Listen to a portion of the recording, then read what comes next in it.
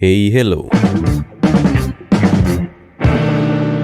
Balik lagi di channel Spoiler Moon dan mari kita lanjutkan lagi pembahasan dari part sebelumnya. Part sebelumnya itu adalah salah satu momen kehangatan antara Sange dan Sofan. Tentu nanti masih ada lagi yang menurut gue jauh lebih menarik lagi.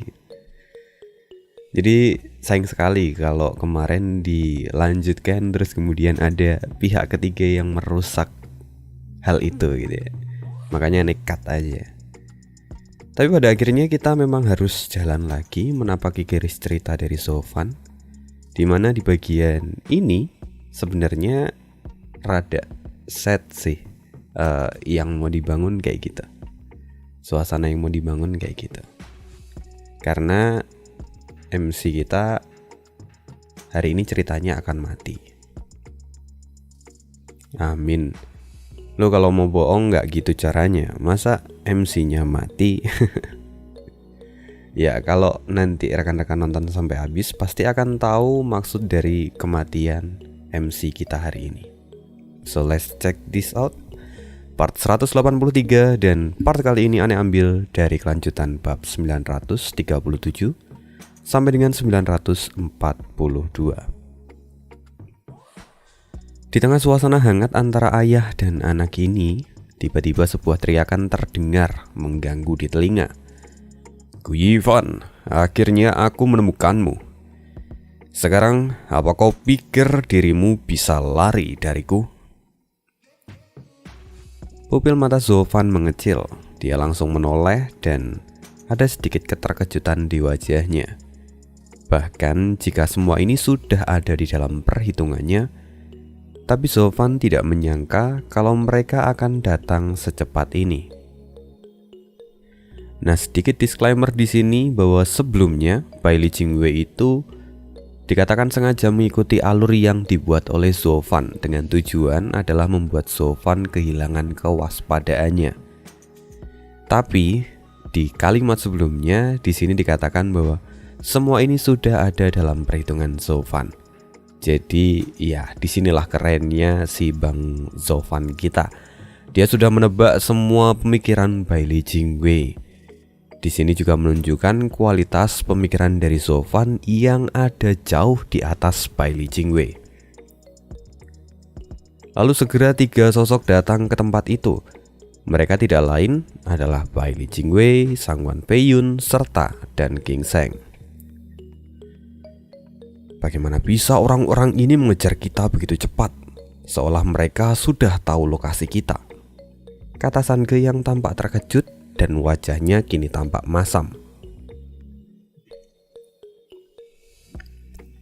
Sofan memeluk tubuh Sange dan kemudian dia menghentakkan kakinya lalu kembali meninggalkan tempat itu.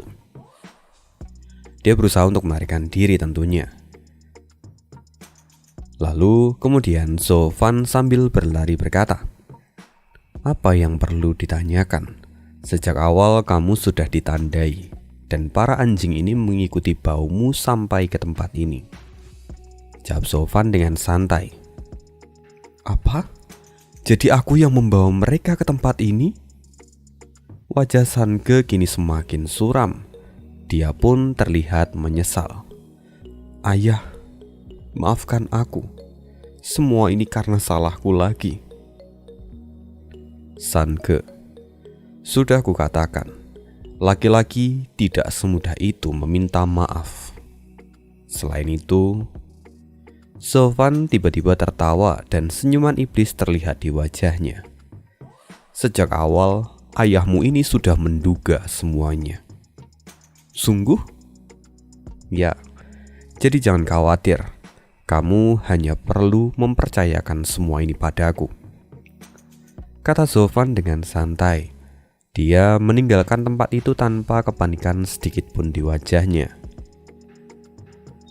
Sedangkan di sisi lain, Bai Li Jingwei dan dua orang lainnya masih terlihat diam di posisi mereka sebelumnya.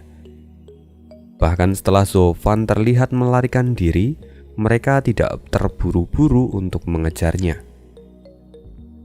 Peiyun bahkan tampak mencibir. Anak itu benar-benar tidak mau menyerah dengan mudah. Bahkan jika dia masih bebas sekarang, apa dia pikir dia bisa lepas dari tangan kita? Naif sekali. Bahkan jika anak itu sekarang memohon ampun pun, aku tidak akan pernah mengampuni nyawanya. Tampak kilatan cahaya dingin di mata Fei Yun. Lalu Bailey Jingwei pun mengangguk. Ya, Gu Yifan harus mati. Kini niat membunuh yang tidak lagi terbendung terlihat dari punggung Bailey Jingwei. Lalu dia melihat serangga yang ada di tangannya, dan perlahan dia pun berkata lagi.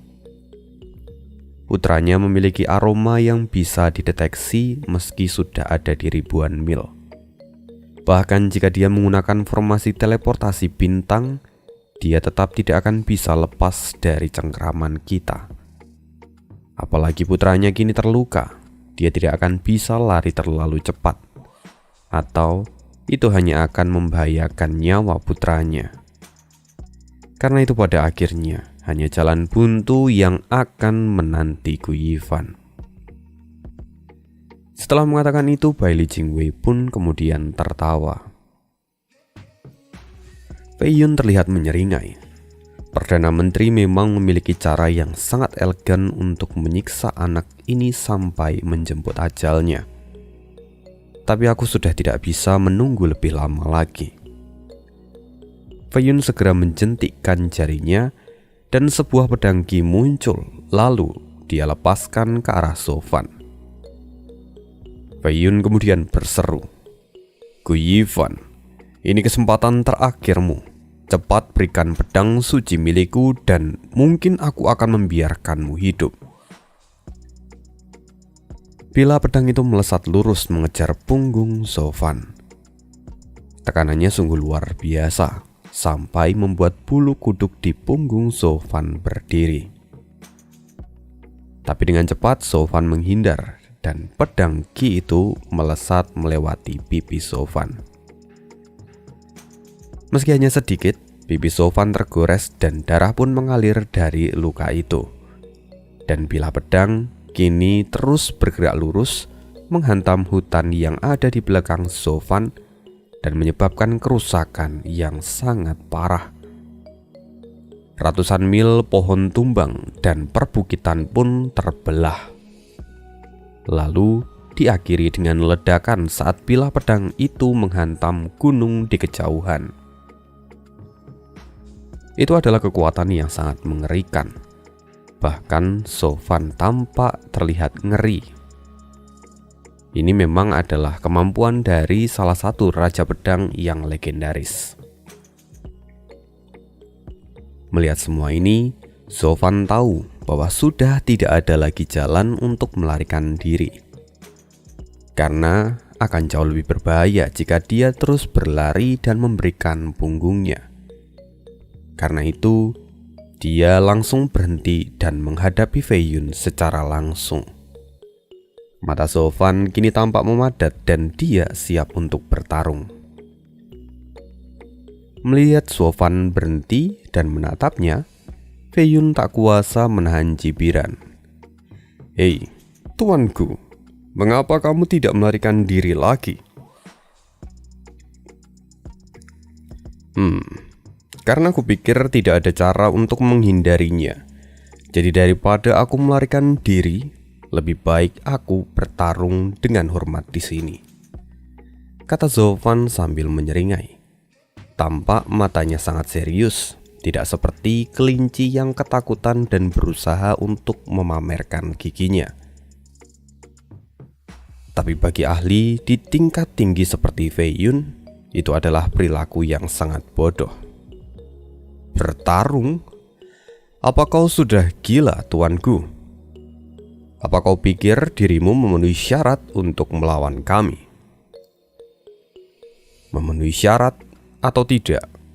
Aku hanya tidak ingin mati tanpa perlawanan, jawab Zhou Fan dengan santai.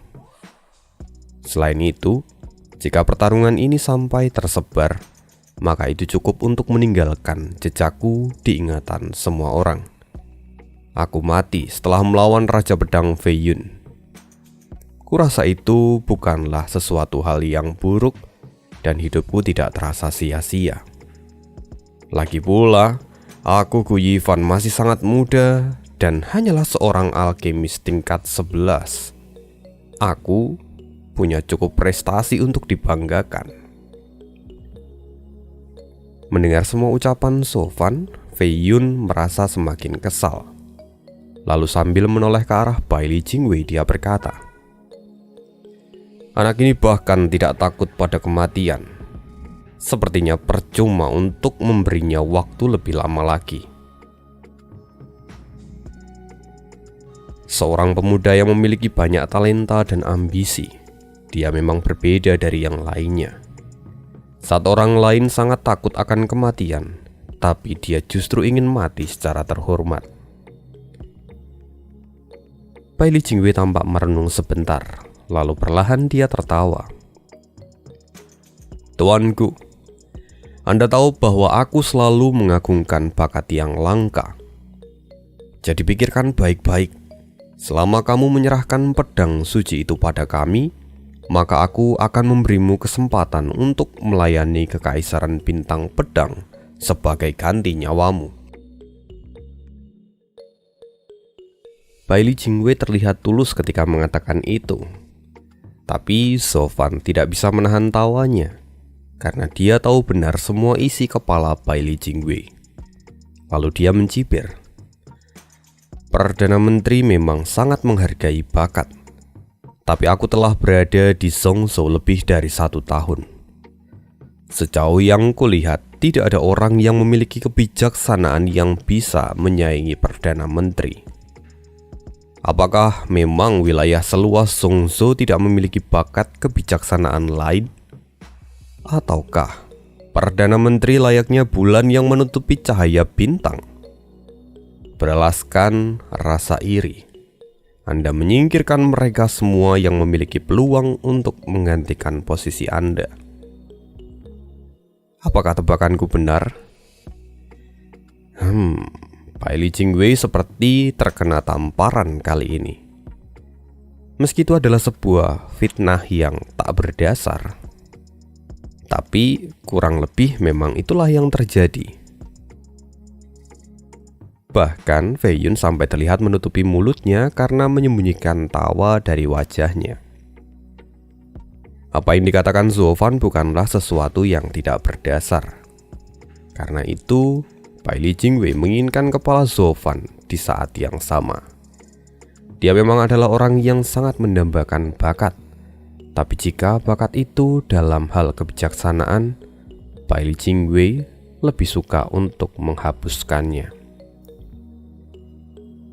Jadi pada akhirnya tawaran Bailey Jingwei sebelumnya pun hanyalah sebuah trik untuk mendapatkan pedang suci. Karena pada akhirnya Zofan masih tetap harus mati, seperti yang sudah Bailey Jingwei katakan sejak sebelum pengejaran dimulai. Kini Bailey Jingwei tampak menarik nafas, lalu perlahan dia berkata, "Tuanku memang benar-benar cerdas. Dan karena kamu tidak mau tunduk, maka tidak ada pilihan lain selain mati hari ini. Tapi aku ingin tahu, apa tuanku sama sekali tidak memikirkan peluang akan diampuni setelah menyerahkan pedang suci pada kami?" Mendengar itu Zofan tertawa. "Perdana Menteri, sejak awal kamu tidak bisa bermain trik di depanku. Dengan bakatku, itu akan sangat mengancam posisimu di masa depan. Karena itu tidak ada pilihan lain selain memotong rumput sampai ke akarnya. Jadi kurasa tidak perlu ada yang dibicarakan lagi. Jika kalian memang ingin membunuhku, inilah saat yang tepat." Zofan segera memindahkan posisi Sange ke punggungnya, lalu mengikatnya dengan ikat pinggangnya sendiri. Dia sudah bersiap untuk bertarung sambil membawa Sange. Melihat adegan ini, Fei Yun bahkan sedikit merasa tersentuh. Dia tidak menyangka bahwa di balik kebusukan dan tipu daya Zofan, ternyata dia adalah orang yang sangat peduli pada putranya. Bahkan jika Fei Yun tahu masa depan dua orang ini seharusnya sangat bagus, tapi mereka telah salah memilih jalan dan harus mati hari ini. Karena tuanku begitu keras kepala, maka jangan pernah salahkan orang tua ini karena bersikap kasar. Raja Pedang Fei Yun, antarkan mereka ke pintu gerbang Yama, kata Bailey Jingwei dengan suara dingin. Fei Yun segera mengangguk, lalu mengangkat kedua jarinya. Segera momentum yang mengerikan keluar dan menekan lingkungan sekitar. Zhou Fan sendiri juga bisa merasakan tekanan yang begitu dahsyat, sampai pupil matanya bergetar. Meski dia tampak tidak percaya diri, tapi Zhou Fan sesungguhnya juga merasa takut. Keringat dingin keluar dari dahinya. Dia tahu bahwa untuk melawan sangguan Fei Yun, dia mungkin tidak akan bisa bertahan lebih dari 5 gerakan. Tapi dia enggan untuk menyerah. Karena apapun yang terjadi, semua ini masih ada di dalam perhitungan Zhou Fan. Hanya saja, bagian ini memang adalah bagian tersulit dalam rencananya. Ancaman kematian bisa mengintainya setiap detik. Gelombang fluktuasi menyebar dan Fei Yun sudah membentuk bilah pedang Qi miliknya. Sedangkan Zhou Fan, dia juga sudah bersiap dengan kedua bola matanya. Sebelah kiri dengan api petir hitam dan di sebelah kanan adalah mata Dewa Kongming. Fei Yun segera menyapukan jarinya dan pedang Qi melesat ke arah Zhou Fan.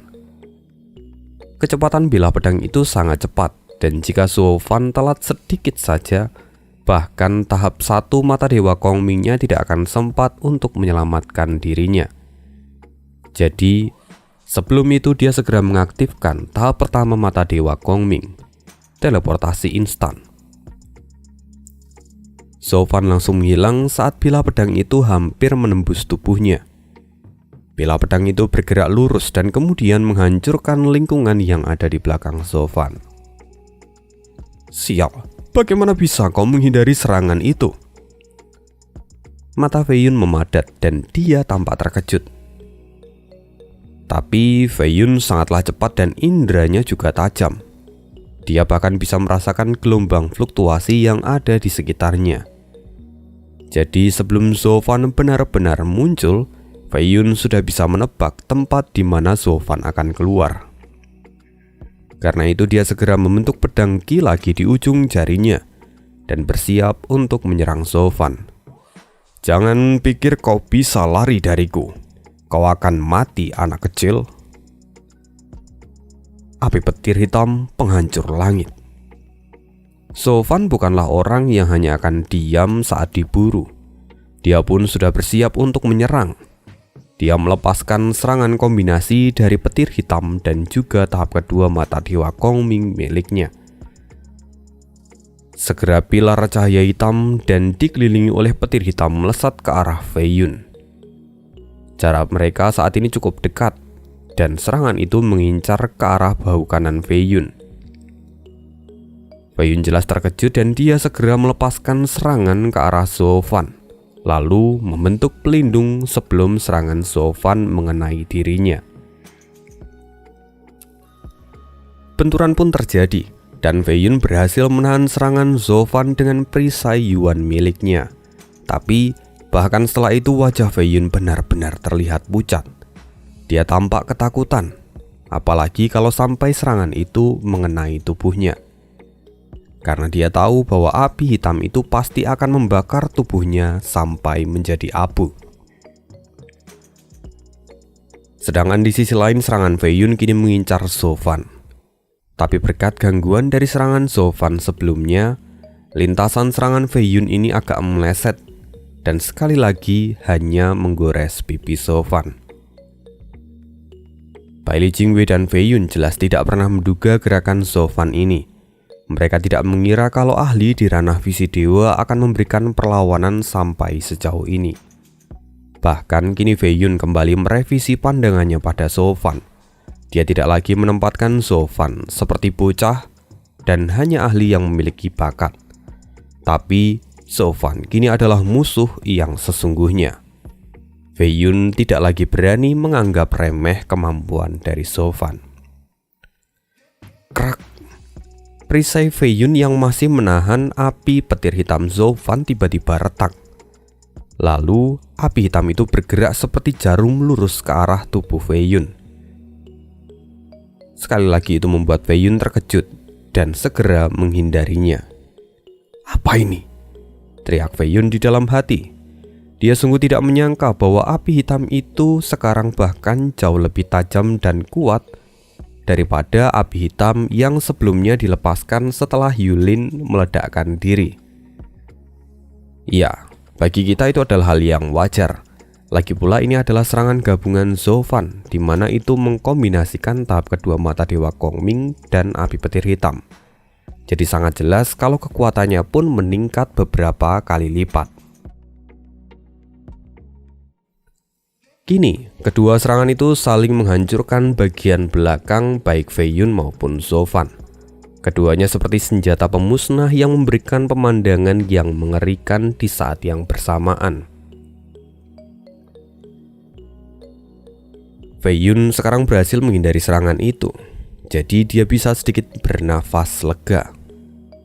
Jika tadi dia sedikit saja terlambat, maka bisa jadi dia sudah terbakar oleh api hitam Zofan. Fei Yun mengerutkan keningnya. Dia bisa mendengar suara api di dekatnya. Keringat dingin pun segera memenuhi dahinya, dan dengan enggan dia menoleh. Ternyata api hitam itu kini membakar ujung jubahnya. Dia bahkan tidak menyadari ini sebelumnya. Ketakutan tergambar jelas di wajah Fei Yun dan kakinya pun mulai gemetar. Api itu terus menyala dan membakar jubahnya. Fei Yun tentu tidak diam saja. Dia segera mengeluarkan kekuatan Yuan dan meledakkan jubahnya dari dalam. Otomatis api hitam itu pun menyebar bersamaan dengan jubah Fei Yun yang hancur. Api masih terus membakar jubah Fei Yun yang hancur. Dan Fei Yun belum sempat menghela nafas lega, lalu di saat itu tiba-tiba terdengar lagi suara kilatan petir. Sosok Zofan yang menggendong Sange sekali lagi muncul di dekat sana, dan serangan kombinasi Zofan sudah siap untuk ditembakkan. Tapi Fei Yun sudah memposisikan Zofan sebagai musuh yang tidak dia anggap remeh. Jadi begitu Zofan muncul, dia segera menghindar secepat yang dia bisa. Dan dalam sekejap dia sudah mundur sejauh 10 km. Fei Yun benar-benar berhasil menjaga jaraknya dengan Zofan dan melihat Zofan dari kejauhan. Hanya saja pemandangan Fei Yun yang sebelumnya sangat gagah kali ini digagalkan oleh celananya sendiri. Kenapa? Karena celananya terlihat basah. Ya, itu terjadi karena Fei Yun merasakan ketakutan, dan mungkin karena dia sudah terlalu tua, jadi organ bagian bawahnya agak tidak terkontrol. Ya, dia kencing di celana. Melihat ini Dan Qingseng dan Bailey Jingwei benar-benar terkejut. Mereka ingin tertawa, tapi ini adalah situasi yang serius. Mereka benar-benar merasakan urgensi yang terjadi di sana. Ya, bagaimanapun Fei Yun bukanlah ahli sembarangan. Tapi karena tindakan Zofan, bahkan dia sampai menghancurkan jubahnya sendiri dan terkencing di celana. Jelas, Bailey Jingwei tidak bisa menganggap remeh kondisi ini. Bailey Jingwei menoleh ke sisi yang lain, dan di sana terlihat Zofan yang tampak terengah-engah. Sepertinya Gu Yifan tidak bergurau tentang dia yang ingin melawan Raja Pedang Fei Yun. Ya, anak ini benar-benar menakutkan, kata Dan Qingseng yang juga terlihat memasang wajah ngeri. Meski Dan Qingseng tahu akan kemampuan Zofan secara garis besar, tapi melihat perkembangannya hanya dalam beberapa tahun, itu jelas membuat Dan Qingseng terkejut. Dan juga dia memiliki perasaan yang serupa dengan Bailey Jingwei. Lalu Dan Qingseng kemudian menyambut. Kekuatan api hitam ini benar-benar memiliki peluang untuk membunuh Raja Pedang. Jika anak ini memiliki kultivasi yang lebih tinggi, mungkin kami bahkan tidak layak untuk menjadi lawannya. Kret. Sebelum Dan Gingseng melanjutkan kata-katanya, dia bisa mendengar suara gertakan gigi dari samping. Dan saat dia menoleh, jelas itu adalah Bailey Jingwei yang tampak marah. Dia kemudian berkata, bagaimanapun kita tidak boleh membiarkan anak ini mengembangkan kekuatannya lagi. Jika sebelumnya aku masih menghargai bakatnya, tapi hari ini dia sudah menjadi ancaman bagi seluruh kekaisaran bintang pedang. Keberadaannya tidak bisa ditolerir dan dia harus mati hari ini. Dan Gingseng merasakan kemarahan dalam setiap kata-kata dari Bailey Jingwei. Lalu perlahan dia pun mengangguk. Dan Gingseng sudah mengenal Zhou Fan sebelumnya, dan dia tahu betapa cepat perkembangan Zhou Fan. Jadi jika Zhou Fan punya waktu yang lebih banyak, dia pasti akan menjadi ancaman bagi kekaisaran bintang pedang seperti yang Bailey Jingwei katakan. Dan memikirkan semua itu, Dan Gingseng perlahan membelai janggutnya. Dia seolah sedang memikirkan sesuatu. Sekarang Fei Yun semakin marah, terlebih karena Zhou Fan dia menunjukkan penampilan yang sangat memalukan. Kini niat membunuh Fei Yun benar-benar tidak terbendung lagi. Dia menggertakkan giginya lalu mengangkat jarinya lagi. Dia bersiap untuk melepaskan serangan ketiganya. Tapi sebelum itu, dia menatap Zhou Fan dan tatapannya sangat fokus. Fei Yun mengerahkan kekuatannya dan bersiap untuk melepaskan serangan yang bahkan jauh lebih kuat dari dua serangan sebelumnya. Serangan bilah pedang yang jauh lebih besar terbentuk dan dihunuskan ke arah Zhou Fan. Melihat ini, kelopak mata Zhou Fan bergetar. Bagaimanapun, kekuatan Zhou Fan saat ini masih jauh dari ranah Raja Pedang yang sudah ada di puncak ranah Guiyuan. Jadi hal ini adalah hal yang wajar jika dia bahkan merasa tertekan oleh kekuatan Fei Yun. Tapi Zhou Fan sama sekali tidak mengatakan apapun atau mencoba untuk melarikan diri. Dia tetap berada di posisinya seolah semua ini seperti yang sudah dia harapkan. Dan Gingseng dan Bailey Jingwei kini masih melihat dari samping tanpa berniat melakukan gerakan. Sejak awal mereka tahu bahwa Zhou Fan adalah mangsa dari Fei Yun. Jadi mereka bahkan tidak ingin ikut campur dalam urusan ini. Lagi pula, Fei Yun tidak akan mungkin memberikan hewan buruannya pada orang lain dengan mudah. Bailey Jingwei kini tampak mencibir. Ini adalah akhir dari Gu Yifan. Perjuangannya patut untuk diakui. Sayang, dia sudah tidak akan bisa lagi menghindar. Gu Yifan, bersiaplah. Inilah ajalmu. Bahkan jika kau adalah ahli dengan segudang bakat, kali ini kau tidak akan bisa lari dari kematian. Bersiaplah untuk masuk ke dalam roda reinkarnasimu lagi. Fei Yun menggerakkan jarinya dan kekuatan yang mengerikan melesat ke arah Zhou Fan. Zhou Fan terlihat lebih tenang dari sebelumnya. Lalu perlahan 5 buah lingkaran emas muncul di pupil kanan mata Zhou Fan. Tahap kelima mata Dewa Kongming dan api petir hitam. Domain api petir hitam. Segera 5 lapis pelindung dari api petir hitam muncul di depan Zhou Fan. Penghalang itu berjejer rapi dan terlihat sangat kokoh. Melihat ini, Fei Yun dan lainnya pun terkejut. Mereka bahkan tidak pernah menyangka kalau Zhou Fan ternyata memiliki teknik pertahanan seperti ini. Awalnya mereka hanya mengira kalau Zhou Fan kebetulan memiliki teknik penyerangan yang mematikan. Tapi rupanya mereka masih belum melihat semua kartu as yang ada di kantong Zhou Fan. Singkat cerita, benturan pun terjadi. Bilah pedang super besar dari Fei Yun menghantam penghalang yang Zhou Fan buat. Ledakan energi menyebar di sekitar sana saat kedua kekuatan itu saling beradu. Meski penghalang ini terlihat kuat, tapi itu juga memberikan beban yang besar pada tubuh Sofan. Lalu saat lapisan pertama hancur, Sofan dipaksa muntah seteguk darah dan tubuhnya pun terlihat terguncang. Sedangkan pedang api Ki milik Fei Yun terus bergerak ke lapisan kedua. Hanya saja kekuatannya seperti berkurang dan terkikis. Melihat ini, Fei Yun tidak bisa menyembunyikan kegembiraannya. Gu Yifan, meski kau memiliki kemampuan yang aneh yang bisa membantumu, tapi kau tidak akan bisa bertahan dari seranganku ini. Suara tawa Fei Yun menggema di seluruh tempat itu. Dia terlihat begitu percaya diri. Pedang Ki Fei Yun terus menerobos lapisan kedua sampai lapisan kelima. Domain Sofan tidak benar-benar bisa menahan semua serangan Fei Yun. Tapi meski begitu, sejak awal Sofan sudah memperkirakan semua ini. Dia tahu bahwa serangan ini pasti bisa menembus pertahanannya. Tapi itu sudah cukup untuk Sofan. Karena sekarang kekuatan pedang Ki Fei Yun telah berkurang drastis hingga hanya tersisa 1/4 dari kekuatan semulanya.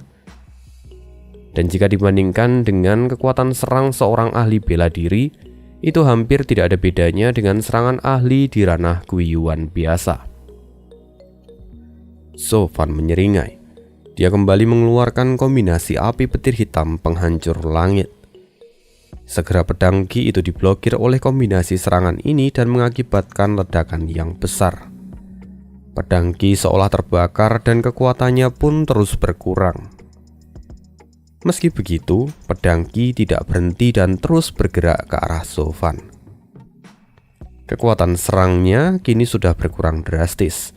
Bahkan itu tidak lebih dari serangan ahli di tahap 5 ranah virtual. Itu adalah serangan yang sepele untuk Sofan. Dia bahkan tidak akan mundur jika harus menahannya secara langsung. Jadi, Sofan bersiap untuk menerima serangan ini. Dia menarik lengan kanannya, lalu cahaya merah mulai berpendar. Sofan bersiap untuk memblokir serangan pedang Ki itu.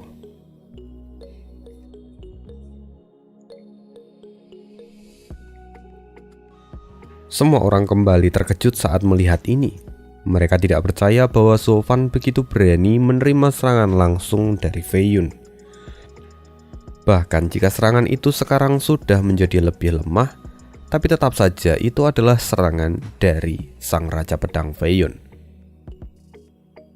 Di sisi lain, Fei Yun tak hentinya mengutuk. Bajingan, bahkan api hitam itu bisa membakar pedang Kiku sampai ke titik ini. Tidak masuk akal. Kemampuan anak ini benar-benar menentang langit. Tapi kali ini autor sepertinya ingin membuka mata Sofan. Tiba-tiba saat benturan terjadi, Sofan merasakan panas di lengan kanannya, dan pedang Ki itu bergerak lurus menyayat lengan Sofan. "Ayah!" teriak Sange yang kini tampak cemas. Wajah Sofan pun kini pucat karena terkejut. Dia tidak habis pikir bahwa ternyata perhitungannya kali ini sepertinya tidak tepat. Dia tahu pasti ada sesuatu yang salah dalam kasus ini.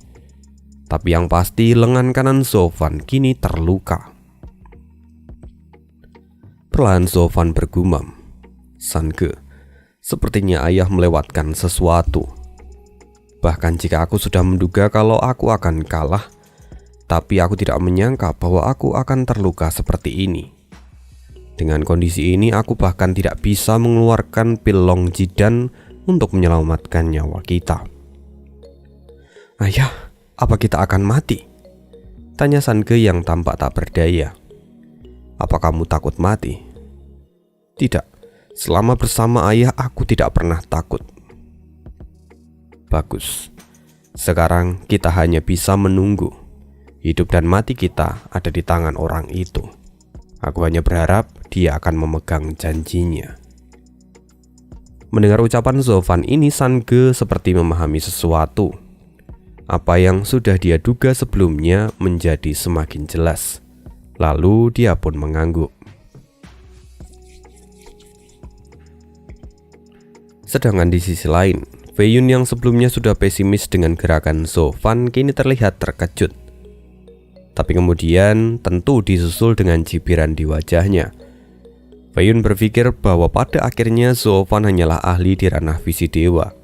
Jadi meski serangannya berhasil ditahan hingga disetarakan dengan ahli di ranah virtual, tapi itu tetap memberikan luka. Fei Yun bisa melihat darah yang terus mengalir dari lengan Zhou Fan.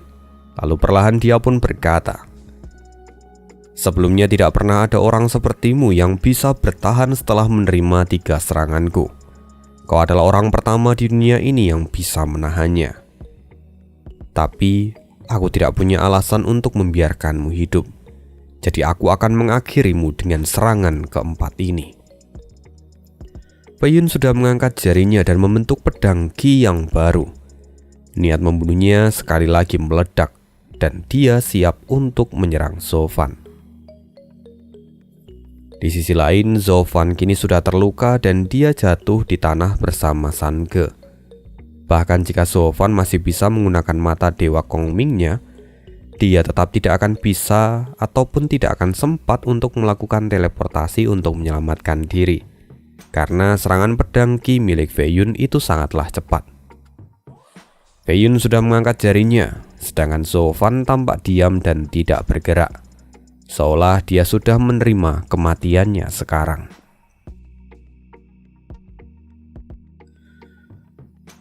Di sisi lain, bagian ini seperti adalah gambaran dari ingatan seseorang.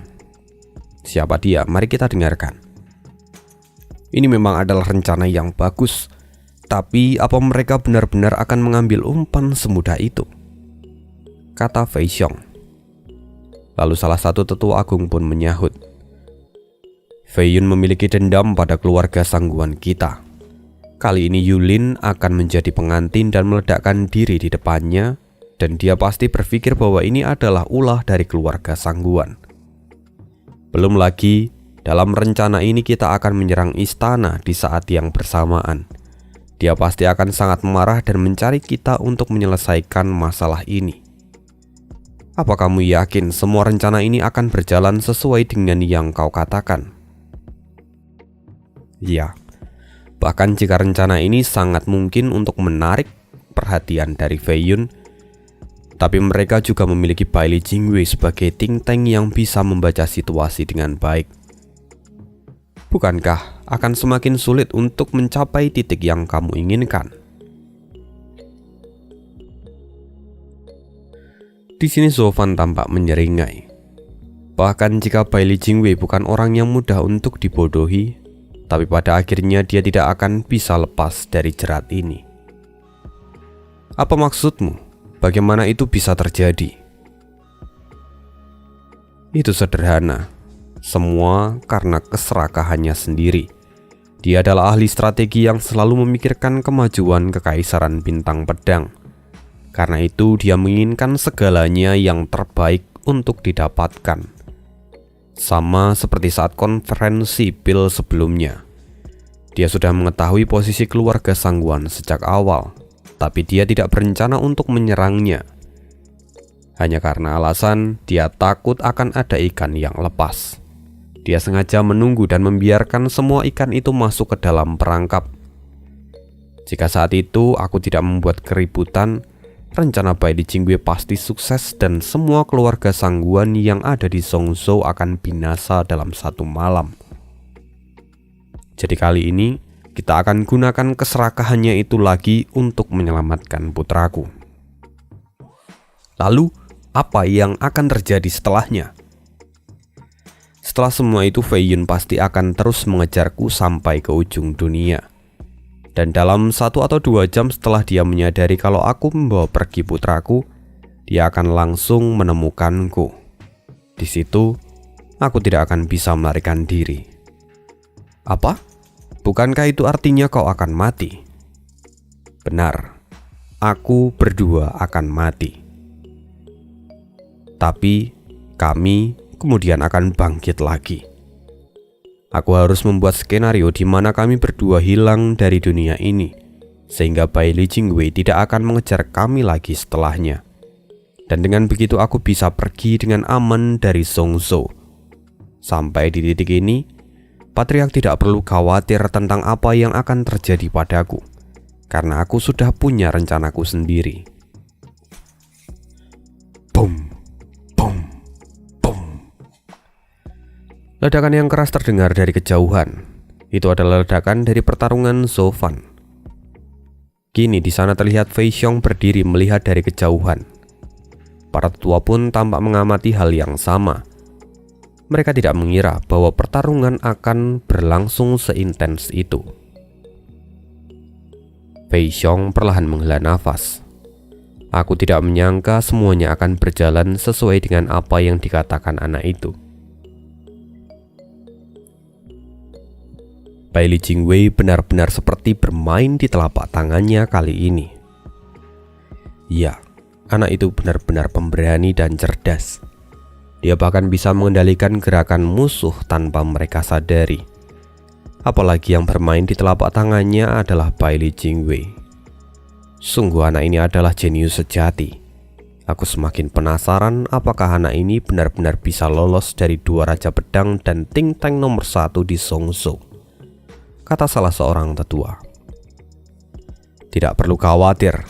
Seperti yang dia katakan, dia sudah punya jalannya sendiri, dan kupikir dia pasti akan baik-baik saja, kata Fei Xiong sambil menghela nafas. Lalu setelah itu salah seorang tetua agung mendekat. Patriark, anak itu memang memiliki bakat dan akan sangat sayang jika sampai dia mati di sini.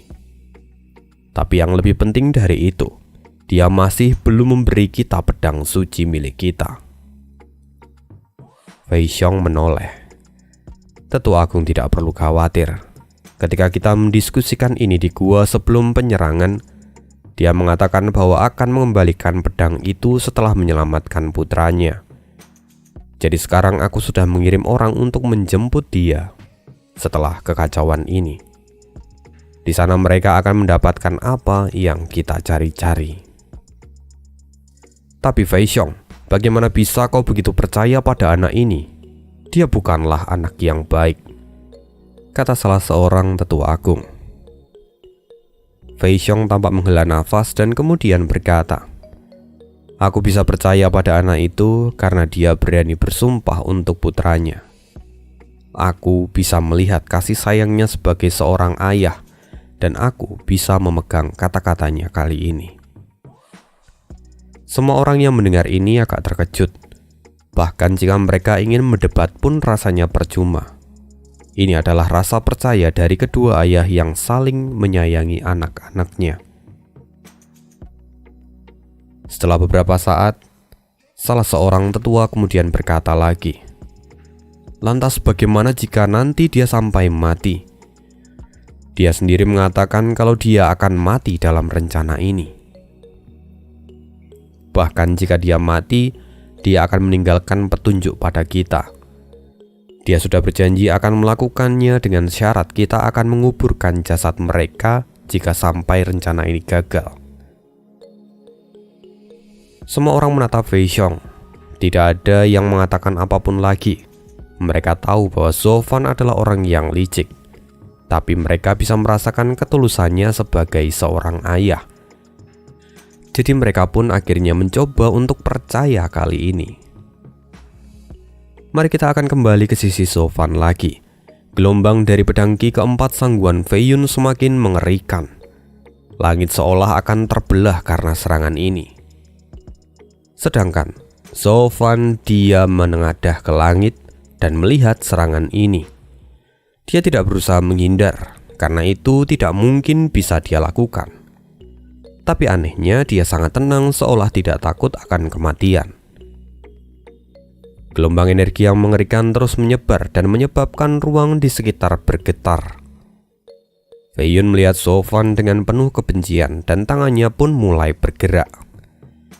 Tebesan keempat akan dilepaskan. Set. Tiba-tiba tangan Fei Yun terhenti di udara. Matanya agak terkejut dan dia langsung berteriak, saudara Dan, apa maksudmu? Bai Li Jingwei menatapnya dengan curiga. bukan apa-apa. Hanya saja saat ini kita tidak tahu keberadaan pedang suci. Jadi jika anak ini mati sekarang, maka kita akan kehilangan pedang itu untuk selamanya, kata Dan Gingseng dengan acuh tak acuh. Wajah Sang Huan menjadi dingin. Anak ini terlalu keras kepala dan bersikeras untuk tidak ingin mengatakan apapun. Jadi percuma saja memikirkan keberadaan pedang suci itu sekarang. Anak ini harus mati hari ini. Jika tidak, dia akan menjadi ancaman di masa depan. Bukankah begitu, Perdana Menteri? Bai Lijingwei perlahan mengangguk. Merelakan hilangnya pedang suci dan menghindari bencana di masa depan itu adalah keputusan yang paling bijak. Sejak anak ini menunjukkan kemampuannya, tidak ada pilihan lain selain membunuhnya sekarang. Dan Gingseng mengerti dan dia mengangguk. Aku tahu akan hal itu. Tapi bukankah akan lebih baik jika kita bisa mendapatkan keduanya? Dan Gingseng kemudian menoleh ke arah Zhou Fan lalu berkata dengan dingin, Gu Yifan, kamu tentu sudah mendengarnya.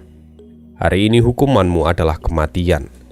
Bahkan jika kamu mengembalikan pedang suci itu, kau tidak akan bisa lepas dari kematian.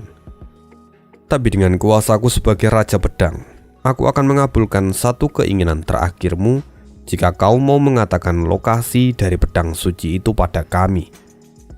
Sekarang pikirkan baik-baik dan tentukan pilihanmu. Zhou Fan tidak bisa menahan tawanya. Baiklah, jika ini adalah kerendahan hati dari Raja Pedang Pembunuh Naga, aku akan memberitahu lokasi pedang suci itu jika kalian mau melepaskan putraku.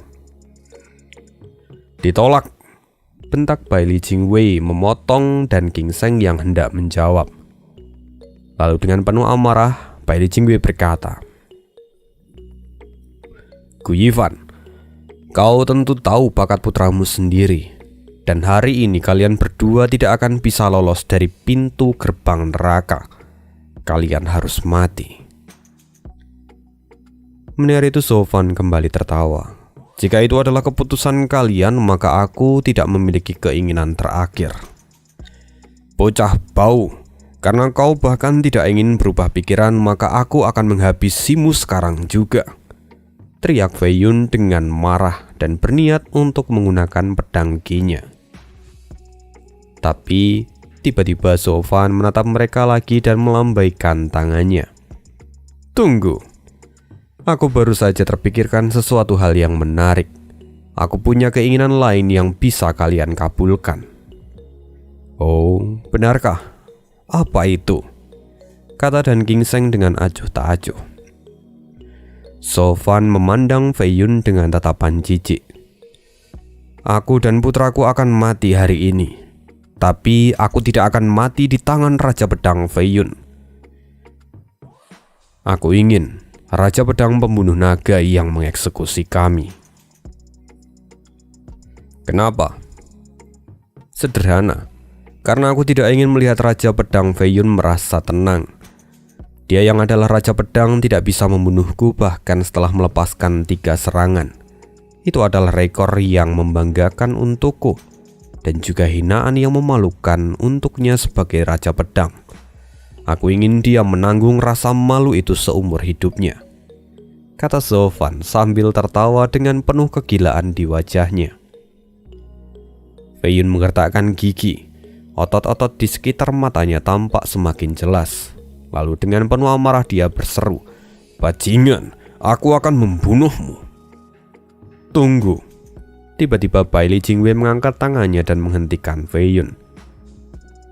Baiklah, kami akan setuju dengan permintaanmu. Apa? Perdana Menteri, aku tidak paham dengan jalan pikiranmu, protes Fei Yun. Tapi Bai Lijingwei kemudian berkata dengan santai, jika dengan ini kita bisa mendapatkan pedang suci, maka ini adalah harga yang murah. Sekarang wajah Raja Pedang Fei Yun telah tercoreng. Dan jika dunia tahu kalau pedang suci telah diambil darimu, wajahmu akan menjadi semakin rusak. Jadi tidak masalah jika merusak sedikit wajah dari Raja Pedang Fei Yun. dan kita bisa mendapatkan kembali pedang suci ke sisi kita. Baili Jingwei menoleh ke arah Zhou Fan. Kami terima permintaan terakhirmu. Jadi katakan di mana pedang itu dan kami berjanji akan memenuhi keinginanmu. Wei Yun tampak terdiam. Tubuhnya gemetar tapi dia tidak berani membantah. Ini adalah momen paling memalukan di dalam hidupnya. Bahkan dengan kekuatannya pun dia tidak bisa berkutik. Wei Yun perlahan melihat celananya yang masih basah lalu berbalik. Dia segera mengeluarkan satu set pakaian baru dan menggantinya. Melihat ini, Baili Jingwei mengangguk dengan puas. Dia tahu bahwa Wei Yun sudah menyerah. Lalu kembali pada Zhou Fan, Baili Jingwei berkata, sekarang Raja Pedang Wei Yun sudah setuju dengan permintaanmu. Tidak ada yang perlu kamu khawatirkan. Jadi cepat katakan. Jika memang seperti itu, maka akan kukatakan di mana pedang itu sekarang berada. Meski aku tidak yakin, apakah kalian akan bisa mendapatkannya lagi atau tidak, kata Zhou Fan sambil tertawa. Baili Jingwei menatap Zhou Fan seolah dia bisa menebak kemana alur dari cerita ini berjalan. Dan benar saja Zhou Fan menyeringai lalu berkata, sekarang pedang itu ada di tangan keluarga Sangguan. Sesuai tebakan Baili Jingwei, tapi dia masih terkejut dan tidak percaya. Apa? Jadi itu ada di tangan mereka? Tuanku, jangan bercanda dengan kami. Tidak mungkin kau memberikan pedang itu langsung pada mereka.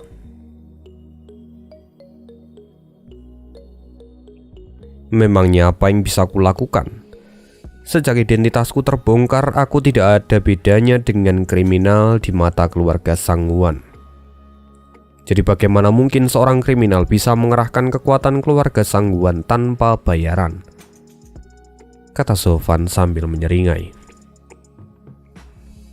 Wei Yun benar-benar terlihat panik. Perdana Menteri, jika pedang itu benar-benar jatuh ke tangan keluarga Sangguan, maka itu akan menjadi masalah besar. Dengan kekuatan dan jumlah master mereka, mendapatkan pedang itu akan membuat situasi menjadi semakin rumit. Bahkan jika 9 Raja Pedang dikirim secara pribadi untuk menyerang Dongzhou, itu sama halnya dengan mencari jarum di atas tumpukan jerami. Mendengar itu, Baili Jingwei menghela nafas panjang, tapi dia tampak curiga. Tuanku, berhentilah mengolok-ngolok kami. Aku pun tahu kalau kau adalah kriminal di mata keluarga Sangguan. Karena itu mereka tidak akan mempercayaimu dengan mudah. Tapi hal yang sama juga berlaku untukmu. Kau juga tidak bisa percaya pada mereka begitu saja. Akan sangat mungkin bahwa keluarga Sangguan mengkhianatimu setelah kau menyerahkan pedang suci itu pada mereka.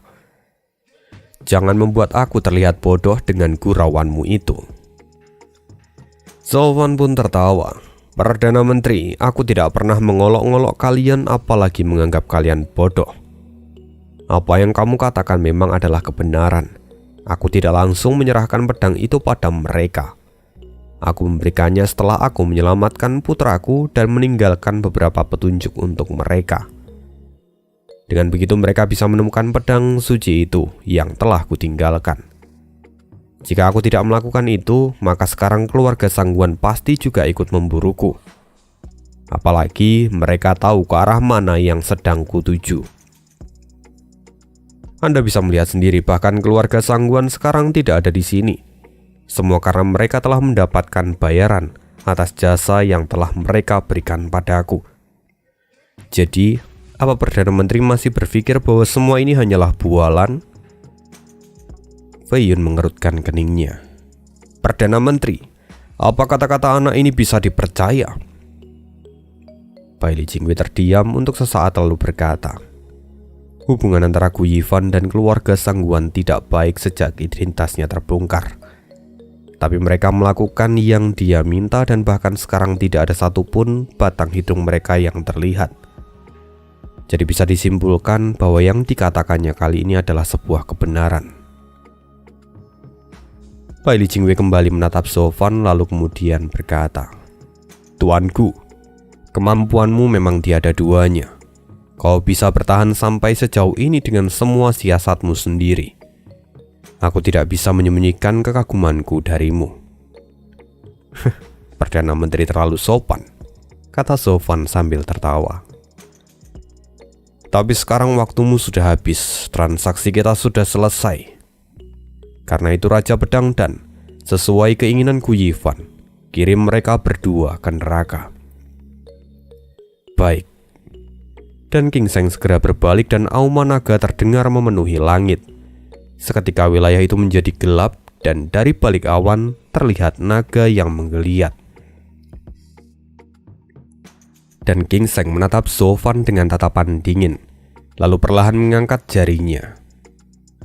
Naga kembali mengaum dan saat Dan King Seng menghempaskan jarinya, dari balik awan sebuah pedang yang berbalut naga surgawi jatuh ke arah Sofan. Sofan melihat ke atas dan sebelum bilah pedang itu menghantam tubuhnya, dia terlihat tersenyum. Ledakan yang besar pun terjadi dan dunia seperti terbelah dua. Pedang naga dan King Seng menghancurkan daratan dan daerah sejauh puluhan kilometer, yang mana semuanya dilanda oleh kekuatan yang mengerikan. Ledakan besar terjadi seperti cahaya penghakiman. Seluruh lintasan yang dilewati hancur menjadi abu.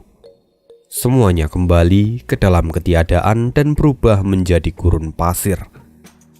Batu, pohon, hewan dan semuanya hilang dalam sekejap, termasuk tubuh Sofan dan Sanke yang bahkan tidak menyisakan apapun. Hanya debu yang berterbangan yang tersisa dari tempat itu. Melihat semua ini, Bai Li Jingwei tidak kuasa menghela nafas. Tampak sedikit rona kesepian di wajah Bai Li Jingwei. Sudah berakhir. Inilah akhir dari generasi yang penuh bakat yang bisa saja menguasai dunia. Sungguh sangat disayangkan. Wei Yun yang ada di sampingnya bisa mendengar semua itu dan kemudian berkomentar. Perdana Menteri sepertinya sangat mengagumi bakat anak ini. Tapi semuanya sudah terlambat untuk menyesalinya sekarang. Mendengar itu, Bai Li Jingwei menggelengkan kepalanya. "Aku hanya menyesali bakatnya yang harus dimusnahkan. Tapi ini adalah pilihan yang terbaik untuk Kekaisaran Bintang Pedang. Aku sudah mengambil keputusan yang tepat. Dan untuk sekarang mari kembali. Kita harus segera mencari jejak keluarga Sangguan sebelum mereka meninggalkan Zhongzhou. Jika kita bisa menangkap mereka sebelum kembali ke Dongzhou, maka itu akan memudahkan kita untuk merebut kembali pedang suci yang mereka bawa. Ini akan menjadi pekerjaan yang sulit," kata Wei Yun sambil menghela nafas. "Bahkan jika mereka belum keluar dari Zhongzhou, kita tidak tahu siapa yang membawa pedang itu. Mungkin peluang kita untuk mendapatkan pedang itu tidak sampai 10%. Bai Li Jingwei kemudian berbalik. "Bahkan jika peluangnya sangat kecil, tapi kita tetap harus melakukannya. Kita tidak bisa melepaskan pedang itu begitu saja." Setelah mengatakan itu, Bai Li Jingwei terbang ke arah ibu kota Wei Yun. Wei Yun sendiri tampak mengepalkan tangannya dengan erat. Meski banyak penyesalan dan penghinaan yang terjadi pada dirinya hari ini, tapi tidak ada yang bisa dia lakukan. Jadi dia pun bergegas untuk mengikuti Bai Li Jingwei dari belakang. Lalu yang tersisa di tempat itu hanyalah Dan King Seng. Untuk beberapa saat, dia melihat ke titik di mana Sofan terakhir kali berada. Lalu sebelum dia pergi, ada senyuman misterius yang tercetak di wajahnya. Dan begitulah Sofan akhirnya hilang tak berbekas. Dan di dalam pikiran Bai Li Jingwei serta Wei Yun, Sofan sudah mati. Terima kasih sudah mendengarkan spoileran aneh selama ini. Dan see you di next video maksudnya. Karena di part berikutnya ada kebangkitan dari ketiadaan. Dan see you again di next video dan bye.